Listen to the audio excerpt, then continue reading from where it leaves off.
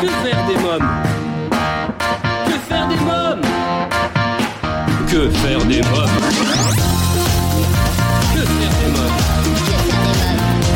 Que faire des mômes? Que faire des mômes? Que faire des mômes? Que faire des mômes? Eric Couder. Bonjour à tous, bienvenue, c'est Eric Couder. Si vous écoutez Que faire des mômes, c'est que vous cherchez sûrement comment occuper vos enfants. Eh bien, vous avez choisi la bonne émission puisqu'avec mes invités, nous avons la solution pour divertir et occuper toute la famille. Au sommaire de ce nouveau numéro de Que faire des mômes, et comme chaque semaine, je vous dévoilerai ma sélection sortie en famille, les films à voir au cinéma, les spectacles et les événements à ne pas manquer, et je vous présenterai ma sélection livre. Je recevrai en invité Margot Toquet et Laurent Arcaro pour The Opéra Locos, un spectacle qui cartonne au théâtre Libre à Paris. La magicienne Caroline Marx pour Girl Power et Sandy LR et François Deblaye pour leur single Les Amoureux du Sacré-Cœur, mais également Alain Turban et Michou. Cette émission vous est proposée grâce au soutien de nos partenaires Étoile de Rêve et l'atelier du futur papa Bordeaux. Étoile de Rêve, c'est 15 ans d'expérience dans les événements pour enfants. Vous avez un anniversaire ou une fête de famille à fêter ? N'hésitez plus, contactez-nous au 01 45 74 11 23. 01 45 74 11 23. Une équipe de professionnels est à votre écoute sur Paris et la région parisienne, dès la prise en charge de votre demande jusqu'au jour de votre fête. Préparez-vous au bonheur d'être père. L'atelier du futur papa Bordeaux vous propose 3 ateliers innovants et dédiés aux futurs et nouveaux papas. Devenez un papa formidable en participant à ces ateliers. L'atelier du futur papa Bordeaux, votre partenaire pour une nouvelle vie de famille. L'atelier du futur papa Bordeaux, l'art d'être père sans un père. Réservez votre atelier dès maintenant sur atelierdufuturpapa.com. Voici à présent ma sélection sortie en famille. Que faire des mômes? Un film à voir au cinéma, Les Incognitos, réalisé par Nick Bruno et Troy Ken, sorti le 25 décembre dernier avec les voix de Will Smith, Tom Holland, Spider-Man, et Rashida Jones. On y raconte l'histoire du super espion Lance Sterling et du scientifique Walter Beckett, qui ont des personnalités totalement différentes. Lance est relax, classe, et Walter tout l'inverse. Il n'est pas très à l'aise en société, mais c'est un génie, ce qui lui permet de créer de super gadgets que Lance utilise sur le terrain. Mais alors qu'une mission tourne mal, ils vont devoir unir leurs différences pour être plus forts, car le monde est en danger. Je vous propose de découvrir la bande-annonce. Vous savez à quoi on reconnaît le plus grand espion du monde? Lance Sterling. Lance Sterling. Lance Sterling. Tout le monde connaît son nom.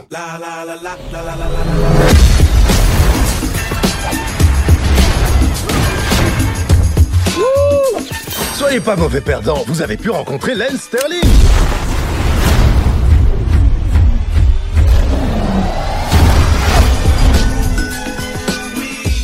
Merci.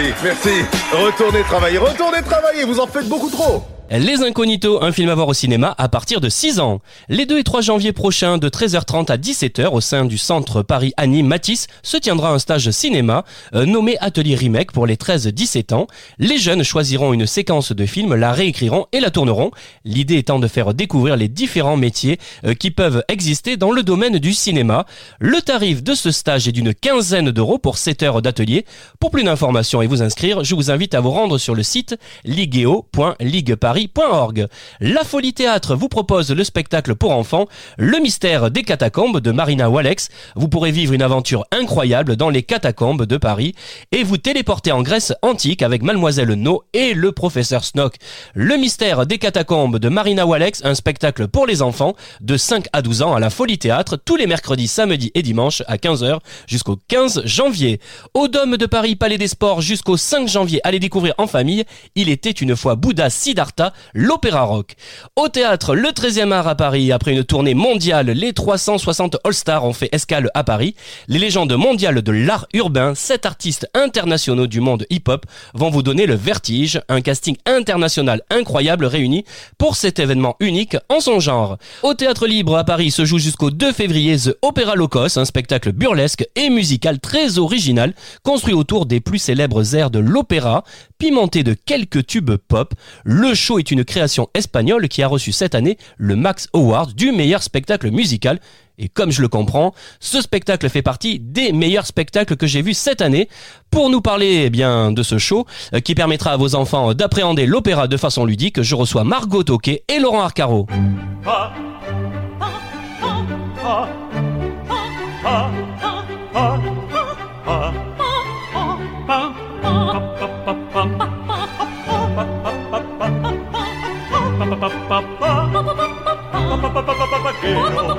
Every night in my dreams I see you, I feel you.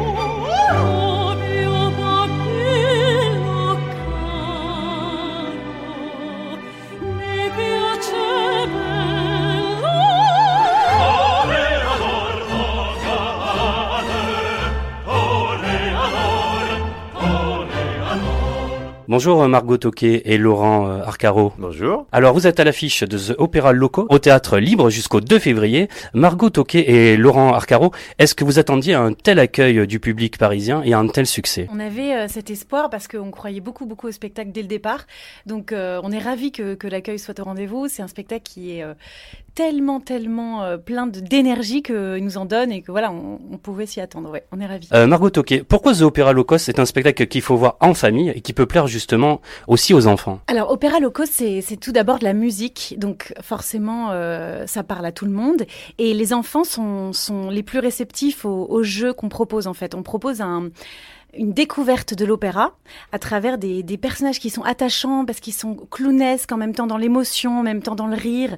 Donc c'est très compréhensible en fait, il n'y a pas de complications, on n'est pas débordé par 3 heures d'opéra, un peu rasoir, etc. C'est très accessible pour les enfants. Ni de bavardage puisqu'on a quand même la mise en scène est quand même axée sur le clown, beaucoup l'image, le gag. Et c'est vrai que ça c'est très important pour réussir un bon cocktail de.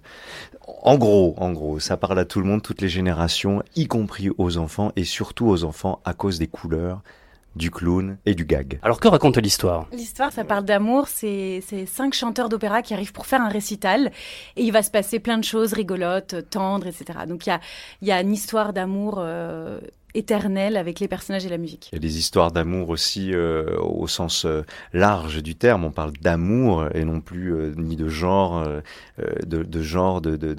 ni hétérosexuel, homosexuel, ni quoi que ce soit. On cherche l'amour.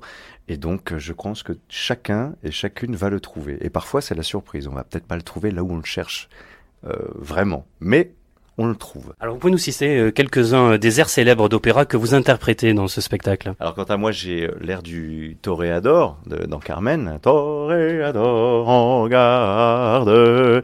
Je vais chanter Granada aussi, une célèbre chanson espagnole. Et puis il y a la barcarolle. En ce qui me concerne, après j'ai des collègues qui chantent des airs de ténor, par exemple, très très connus, comme Nessun Dorma dans Turandot.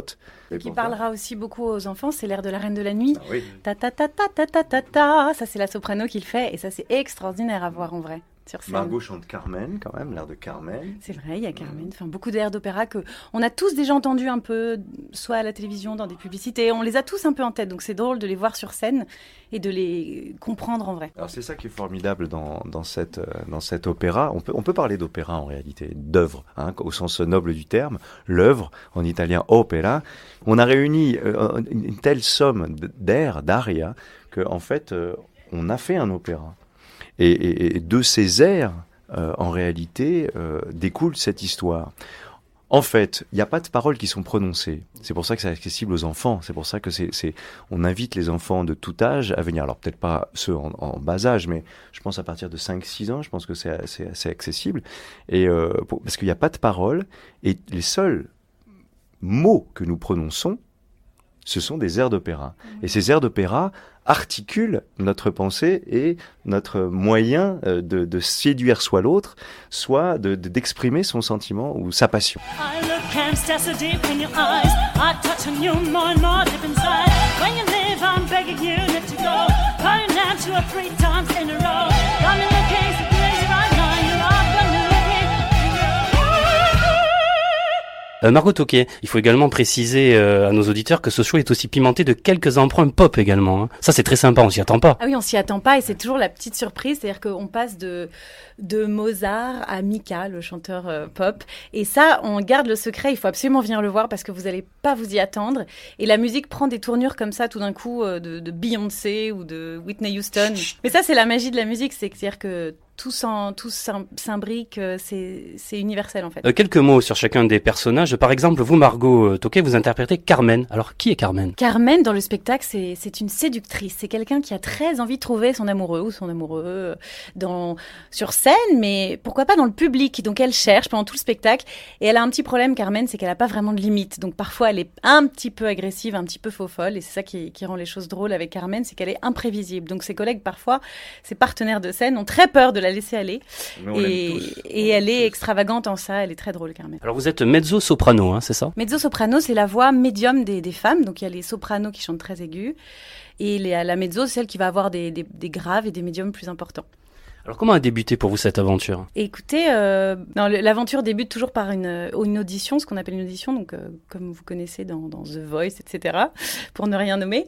Et ensuite, voilà, on passe des castings et on gravit les échelons, on passe les étapes et après on répète, on rencontre la troupe et voilà, et les choses prennent forme et c'est merveilleux. Après, on est sur scène. Quel parcours vous avez suivi ? Moi, j'ai fait le conservatoire et j'ai suivi donc un parcours classique, mais ensuite j'ai appris, on va dire, beaucoup de musique pop, variété, jazz. Je me suis nourrie de divers enseignements par la suite parce que le classique est riche, et puis j'ai réussi à piocher dans diverses choses et notamment dans le théâtre pour arriver à ce genre de spectacle complet. C'est ce qui est le plus intéressant pour moi en tout cas. Alors vous êtes diplômé du conservatoire de Boulogne-Billancourt en chant lyrique et en musique de chambre. Hein. Oui, tout à fait. Alors c'est du chant aussi, mais c'est juste une formation instrumentale différente. Ça permet plus de choses. Alors je vais faire une petite parenthèse, mais qui m'a intéressé dans le dossier de presse, c'est que vous êtes notamment marraine de l'association Orchestre à l'école. Quel est le but de cette association ? Alors, Orchestre à l'école, c'est une association qui a été montée il y a 10 ans et qui initie les élèves qui n'ont pas accès au conservatoire justement à pratiquer un instrument. Mais l'avantage, c'est qu'ils pratiquent tout de suite en orchestre et du coup, ils apprennent assez vite et donc on les voit travailler de grandes œuvres en orchestre, en formation orchestre très tôt et c'est très très intéressant. Il y a beaucoup d'écoles qui ont développé ça maintenant. Je me tourne maintenant vers Laurent Arcaro. Alors vous êtes Ernesto hein, et vous êtes baryton vous. Ah oui, alors moi je suis baryton. Je suis la voix comme Margot finalement, je suis la voix médium des hommes, plus vers le basse que vers l'aigu évidemment. Mais effectivement je suis baryton. Voilà. Et Ernesto c'est mon personnage. Quelle est la particularité de ce personnage ? Ah, Ernesto. On pourrait dire que Ernesto, moi j'adore, c'est mon personnage préféré. C'est un personnage sympathique qui, par contre, est très rigide. Il est très psychorigide même un peu. Il a en lui des valeurs très fortes et des idées très très arrêtées sur comment est l'opéra, comment sont les êtres humains, comment il faut se comporter. Et puis petit à petit, au fil de l'œuvre, ça va un petit peu éclater tout ça. Donc il va devenir beaucoup plus détendu. Alors votre carrière a évolué parmi les scènes de France, d'Allemagne et des États-Unis. Quelle formation avez-vous suivi ? Moi aussi, j'ai fait une filière un peu classique. J'ai fait le Conservatoire de Paris en classe de chant. Et puis après, je suis parti étudier en Allemagne. Et ensuite aux États-Unis. Voilà, j'ai fait une petite dizaine d'années d'études de musique de chambre. J'ai étudié l'orchestre aussi, la direction d'orchestre qui m'a passionné en Allemagne. Voilà, j'ai essayé d'être le plus complet possible, mais avant de faire de la musique classique, je faisais du rock. Guitariste, saxophone, et je faisais du rock. Ouais.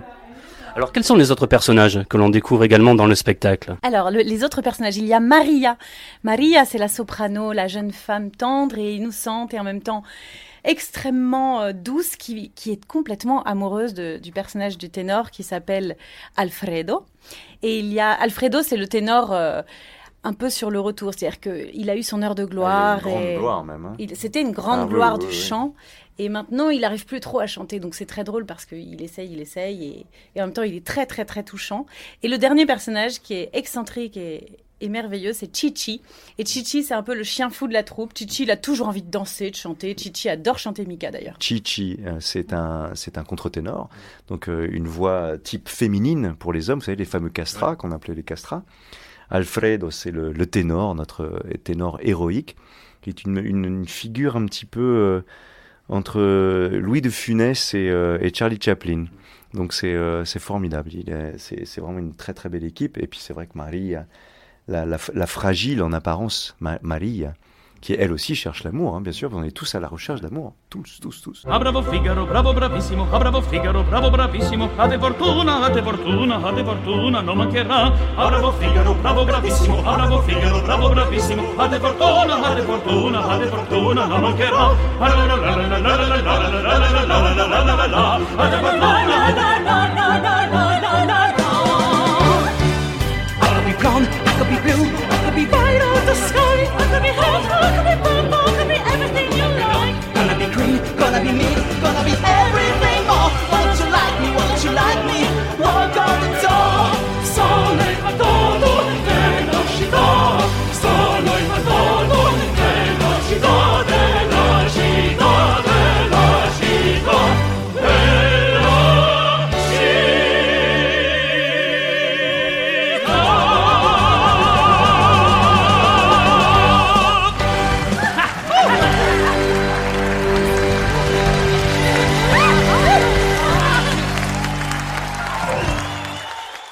Est-ce que cette passion pour la scène, vous l'avez eue depuis tout petit ? Oui, je crois que oui. Je crois que oui. Mon grand-père, que j'adorais, était violoniste. Et il jouait dans un orchestre. Et il adorait les opérettes, il adorait l'opéra notamment. Et Nana Mouskouri. Et je pense que, évidemment, le lien a fait que très tôt, j'ai été intéressé par la scène ou par ce qui était le son, la musique. Je vous ai dit que je jouais du saxophone, c'est par là que ça a commencé. Et puis j'ai commencé par de faire des comédies musicales, j'ai fait des choses comme ça. Et puis pour me retrouver finalement à chanter avec une voix toujours d'opéra que j'ai eue depuis le début. Donc ça a été un chemin qui était un petit peu tracé. Et puis j'ai été comédien, donc ce qui a fait que les deux se sont mis ensemble, si vous voulez, sont un petit peu combinés. Mais oui, très tôt, c'est venu très très tôt. Qui étaient vos idoles lorsque vous étiez petit garçon ? J'avais Gabin, j'avais Gabin qui était une de mes idoles, j'avais Louis de Funès aussi, Bourvil que j'adorais, et puis Marlon Brando que j'ai toujours aimé. J'adore le cinéma américain des années 40, 40, 50 et 60. Maintenant, je vais poser les mêmes questions à Margot. La passion pour la scène, c'est venu petite fille également ? La passion pour le chant est venue très très tôt. En revanche, je ne savais même pas que chanteur d'opéra était un métier. Je ne savais pas. Donc j'ai pratiqué toute seule dans ma chambre des tonnes d'airs lyriques, c'est-à-dire opéra ou non. Et ensuite, pour découvrir que je pouvais faire ça dans mes études, ça a été merveilleux. Mais j'ai fait beaucoup de théâtre et je me suis pas posé la question d'en faire un métier jusqu'à ce que je comprenne que c'était possible en fait. Donc ce que je veux dire, c'est que c'était une passion véritable dès l'enfance et il faut encourager les enfants à vivre leur passion et à travailler pour ça en fait, parce que quand on comprend qu'il y a des études faites pour ça, c'est merveilleux de pouvoir les poursuivre. Et mes idoles étaient Nina Simone, Marilyn Monroe, Freddie Mercury, mais j'avais plein de personnes qui m'influençaient en fait, j'avais pas une personne en particulier. Et Maria Callas quand même. Oui, c'est vrai, c'est particulier parce que moi mes parents écoutaient par exemple Johnny Hallyday, j'adorais Johnny Hallyday par exemple. Et j'aime toujours Johnny Hallyday. J'adore Léo Ferré, Jean Ferrat. C'est particulier quand même parce que encore une fois, la musique, c'est la musique. Donc c'est ce qui nous touche.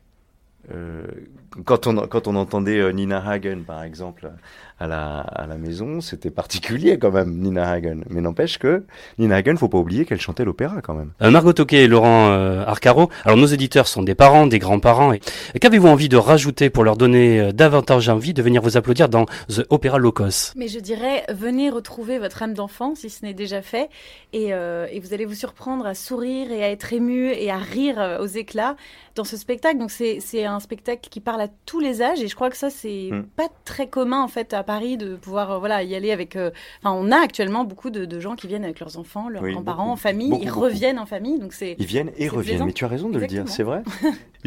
On a eu une expérience extraordinaire il y a pas si longtemps que ça. On était en train de jouer et dans un silence mais vraiment dehors, on entend un enfant rire aux éclats. Et toute la salle a repris de concert aux éclats aussi, grâce ou à cause du petit garçon. Donc, On ne sait pas qui va montrer à l'autre ce qu'il faut faire ou ce qu'on doit vivre, mais en tout cas, venez ensemble, mamie, papy, papa, popo et les enfants. Merci Margot Toquet et Laurent Arcaro. Merci beaucoup. Merci beaucoup à Merci. vous. À bientôt. The Opéra Locos, un spectacle coup de cœur à découvrir en famille au Théâtre Libre à Paris jusqu'au 2 février. À présent, dans Que faire des mômes, c'est votre rubrique livre. Que faire des mômes? Les éditions 4 Fleuves vous proposent Animaux sauvages, les aventuriers de l'hiver, un magnifique ouvrage pour les enfants dès 6 ans avec de grandes cartes dépliables pour admirer les prouesses des aventuriers de l'hiver. Ce livre enrichi de très belles illustrations et parsemé d'anecdotes étonnantes permettra aux enfants de découvrir la vie de nombreuses espèces animales, de la panthère des neiges en passant par l'ours brun, le manchot empereur ou le loup arctique et dévoilera ainsi leur incroyable capacité d'adaptation aux longs mois hivernaux. Maintenant, dans Que faire des mômes, je reçois la pétillante magicienne Caroline Marx pour parler de son spectacle Girl Power. Bonjour Caroline Marx. Bonjour. Alors votre actualité, c'est votre spectacle Girl Power, mis en scène par Christophe Delors au César Palace à Paris. Pourquoi avoir intitulé ce spectacle Girl Power? Girl Power parce que j'ai envie de donner le pouvoir aux femmes et j'ai toujours vu ma maman couper en morceaux dans la salle à manger quand j'étais petite parce que mon papa est magicien et je me suis dit un jour c'est moi qui mettrai les hommes en boîte et j'ai envie en plus de donner l'envie à des petites filles de devenir magiciennes et voilà, le pouvoir aux femmes et montrer qu'une femme est capable de faire de la magie un petit peu différemment d'un homme. Est-ce que c'est difficile d'être une femme magicienne? Alors c'est difficile, je dirais plutôt dans le milieu magique pour des magiciens, pour me faire respecter des magiciens. Après, parce qu'au début, je faisais des congrès pour gagner des prix, etc. Et il y avait les magiciens qui se disaient se servent de son physique pour gagner, etc. Mais après, quand ils ont vu que je commençais à gagner des prix, je me suis fait respecter du milieu. Et par contre, pour le grand public, je dirais que c'est le contraire. Parce que le fait d'être une femme, ils vont plus s'engager une femme parce qu'ils se disent « Ah, c'est rare ». Et donc, j'ai énormément de travail grâce à ça. Quelles sont les techniques de magie que vous utilisez sur scène? Alors, sur scène, ce qui est bien, c'est qu'il y a plusieurs univers. Je vais faire du close-up. Alors, le close-up, c'est de la magie de près, qui se pratique avec des cartes, des choses de très près, avec des bagues du spectateur, du feu, des choses qui volent, tout près. Et après, je fais aussi... Alors ça, je me sers d'une caméra pour ça. Après, je fais du mentalisme. Donc, j'arrive un petit peu à deviner ce que pensent les gens. Je fais aussi un tableau qui est assez spécial, du spiritisme, où j'arrive à... Alors là, on va aller chercher un esprit, un être disparu d'une personne, et je vais arriver à retrouver plein de choses. Ça va être un instant très mystique. Et après, je fais aussi de l'illusion, et surtout beaucoup d'interactivité avec les gens et de complicité. Alors en lisant votre bio, j'ai découvert également que vous avez travaillé pour une femme qui a la girl power, hein, c'est Madonna. Racontez-moi. Oui, alors ça a été la plus grande, le plus grand trac que j'ai eu, parce que je me suis retrouvée dans un salon avec elle à l'hôtel Crillon. Il y avait que elle et ses enfants. Ça a été un moment mais incroyable. Et j'avais tellement de stress que après j'avais plus d'énergie du tout. Mais du coup, je suis restée avec eux toute l'après-midi. Et alors, ce qui est rigolo, c'est que son assistante m'avait dit si jamais ça lui plaît pas, elle lève la main et vous devez quitter la salle au plus vite. Alors moi, j'avais un stress pas possible. J'avais tout appris en anglais, tout ça. On avait tout fait. Et en fait, elle a adoré. Après, elle s'est mise au premier rang, puis elle applaudissait comme une enfant. Et c'était formidable. Et après, je voulais plus partir, je restais avec eux. Elle est vraiment... Alors déjà, elle est magnifique parce qu'elle était pas maquillée, elle était superbe. Et elle était d'une gentillesse incroyable. Et les enfants bien élevés, tout. Ça a été formidable. Alors, Caroline Marx, beaucoup de nos auditeurs vous ont sûrement vu à la télé et dernièrement dans l'émission de TF1 présentée par Arthur, Diversion. Est-ce que la télé, c'est un exercice difficile? C'est différent de la scène, hein? C'est vrai, c'est différent. Alors, surtout qu'ils veulent des tours uniques. Donc, on est obligé de travailler des tours exprès pour l'émission. Et du coup, on n'a pas eu le temps de les rôder. Alors cet été, vous avez fait partie du jury de l'émission La Magie des Stars sur la chaîne TVA à Montréal. Vous avez aimé être jury? Oui, alors c'était une expérience nouvelle. J'avais déjà été jury sur le championnat de France sur Paris Première, mais là, j'avais juste à noter. Voilà. Et là, il fallait dire clairement comme ça ce qu'on pensait, un petit peu comme Danse avec les stars. Alors, c'est des stars du Canada. J'avais d'ailleurs Jean-Marc Généreux à juger. Alors, ça m'a fait un drôle d'effet. Donc voilà. Et puis je devais juger comme ça sur l'instant. Et en fait, ça m'a beaucoup plu.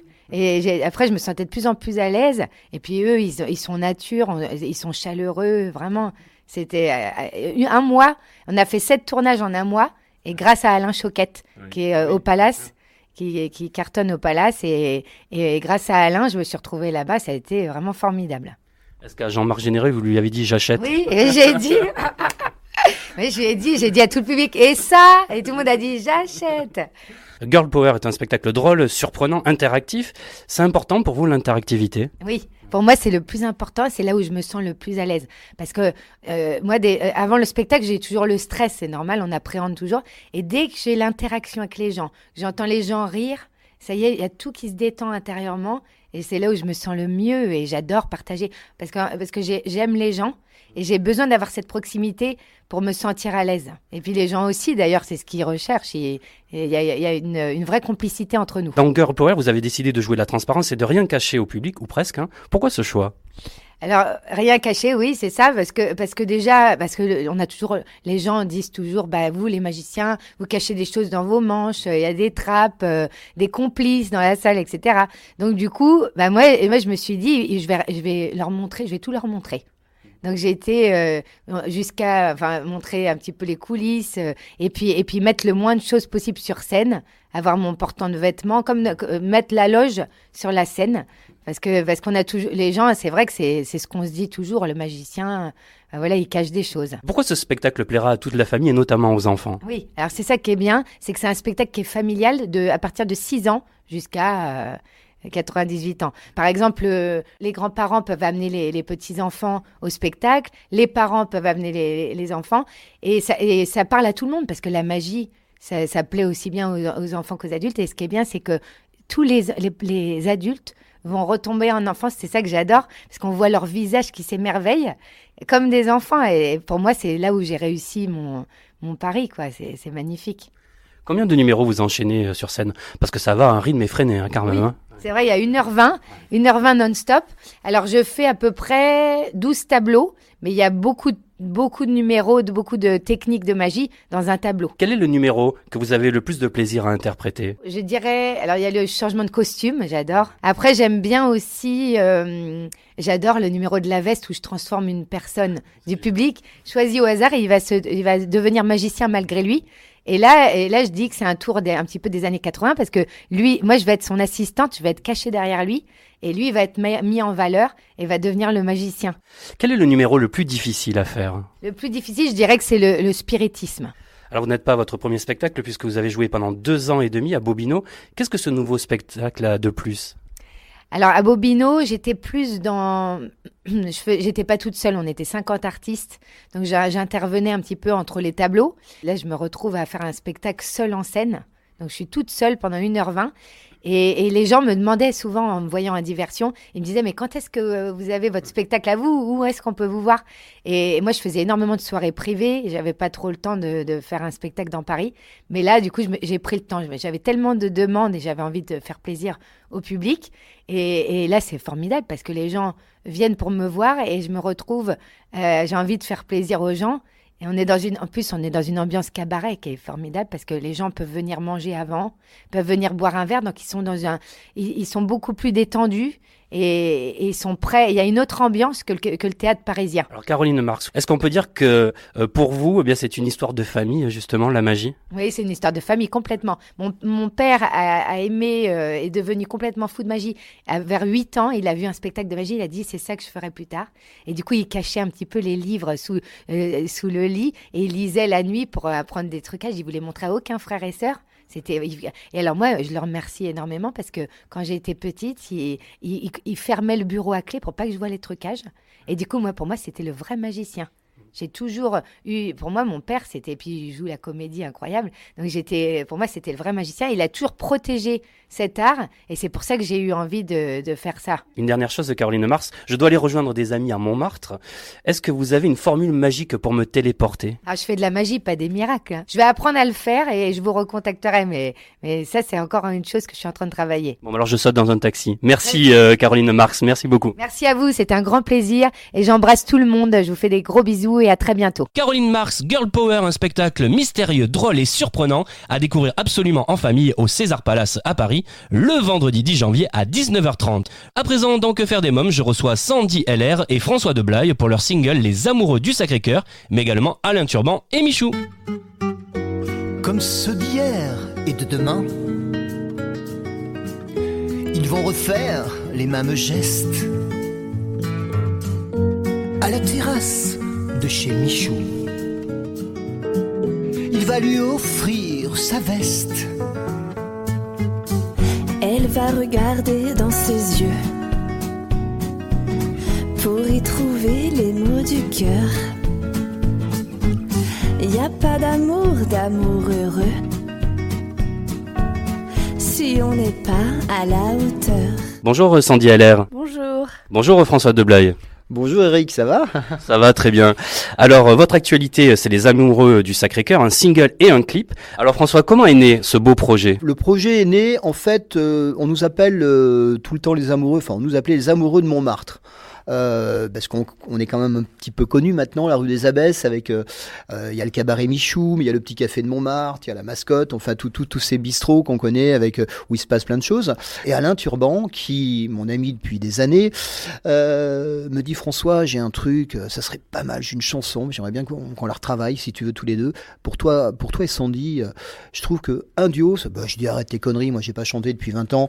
Et on a fait un essai à la maison, et cet essai a fini au studio Marcadet, et on l'a fait par contre pour rire et avec beaucoup de cœur et beaucoup d'amour. Les Amoureux du Sacré-Cœur est un titre extrait de la comédie musicale La Légende de Montmartre, et la musique est de Nicolas Richardouin. Hein. Oui, Richardouin, la musique de Nicolas Richardouin et les paroles d'Alain Turban. On a modifié un peu quelques mots par rapport à notre Mont Bleu, parce qu'on est sur la terrasse, on était sur la terrasse de chez Michou, tu vois, donc c'était ce petit clin d'œil par rapport à Michou. Les Amoureux du Sacré-Cœur est illustré d'un clip. Alors quelques mots sur ce clip, où on vous voit tous les deux dans le clip, et à Montmartre bien sûr. Ça nous ressemble dans ce clip. On a juste à voir le clip et on nous voit au quotidien tous les deux. Il y a vraiment tout dedans. Il y a des endroits, déjà il y a Montmartre qui est notre histoire. Il y a tous les endroits incontournables qui ont fait notre histoire, que ce soit la Bonne Franquette, que ce soit vraiment tout. Et puis à la fin Michou, parce que sans Michou on serait pas ensemble aujourd'hui. Vraiment c'est notre bonne étoile, c'est notre Cupidon. Et puis bien sûr on voit Alain aussi qui est à l'origine de notre chanson. Sandy et François, je vous souhaite beaucoup de bonheur pour cette année 2020, beaucoup de succès avec votre titre Les Amoureux de Montmartre. Je rejoins tout de suite Alain Turban et Michou a tenu à vous laisser un petit message. Merci les amis, à bientôt. Merci à toi Eric. Merci Eric, et à très vite. Bonjour Alain Turban. Bonjour. Alors quelques mots sur cette chanson Les Amoureux du Sacré-Cœur que vous avez écrite. Absolument, c'est une chanson qui faisait partie d'un spectacle que j'ai créé à l'Olympia en 2013, La Légende de Montmartre. Et je connaissais pas Sandy à l'époque. Je connaissais François, bien sûr, qui avait arrêté de chanter. Parce que moi, j'ai connu François chanteur, avec une chanson qui s'appelait Louise. Et d'ailleurs, la pochette du 45 tours, je crois, était devant le Lapin Agile à Montmartre. Donc c'était déjà prémonitoire. Et en fait, à force de les connaître, voilà, cette chanson, je me suis dit, à force de les voir sans arrêt, déambuler dans les rues de Montmartre, tout ça, j'ai dit, ça, c'est les amoureux. Je leur ai dit, écoutez, ça serait bien qu'on reprenne la chanson, qu'on aille en studio et vous la chantiez tous les deux. Et chose faite, chose dite, je suis allé au studio Marcadet, on a fait la chanson et elle est en train de prendre un certain essor. C'est devenu un tube plus que Montmartre 3, quoi. Que représente pour vous Montmartre ? Moi, j'y suis né. Je suis né il y a quelques années. Maman a eu 2 restaurants là-haut. J'étais baptisé et communié à l'église Saint-Pierre de Montmartre et au Sacré-Cœur. Donc je suis vraiment un poulbeau. Voilà. Donc c'est pour ça que j'ai écrit cette comédie musicale, La Légende de Montmartre. Et voilà. Et j'ai passé toute mon enfance, une partie de mon adolescence, dans les rues de Montmartre et du Sacré-Cœur. Alain Turban, pour terminer, je vous propose que nous écoutions ensemble le message que Michou a laissé à nos amoureux du Sacré-Cœur. Merci Alain Turban. Merci à vous. Je suis très heureux, évidemment, de Sandy et François, qui ont fait de très belles chansons, et surtout qui est basée sur Montmartre, sur le Sacré-Cœur. C'est une chanson extraordinaire et que je passe tous les soirs chez Michou. Que leur chanson marche fort. Et puis, bonne année à tous les amis. Les amoureux du Sacré-Cœur, Sandy LR et François Deblaye, un single à vous procurer sans plus attendre. Alain Turban vous propose un album Poulbeau Montmartre et un livre pour voir la vie en rose. Il faut la peindre en bleu chez Greux Art Édition. C'est l'histoire hors du commun de Michou et de l'amitié qui lie avec l'artiste Alain Turban. Et enfin un album pour faire la fête, Michou le best-of.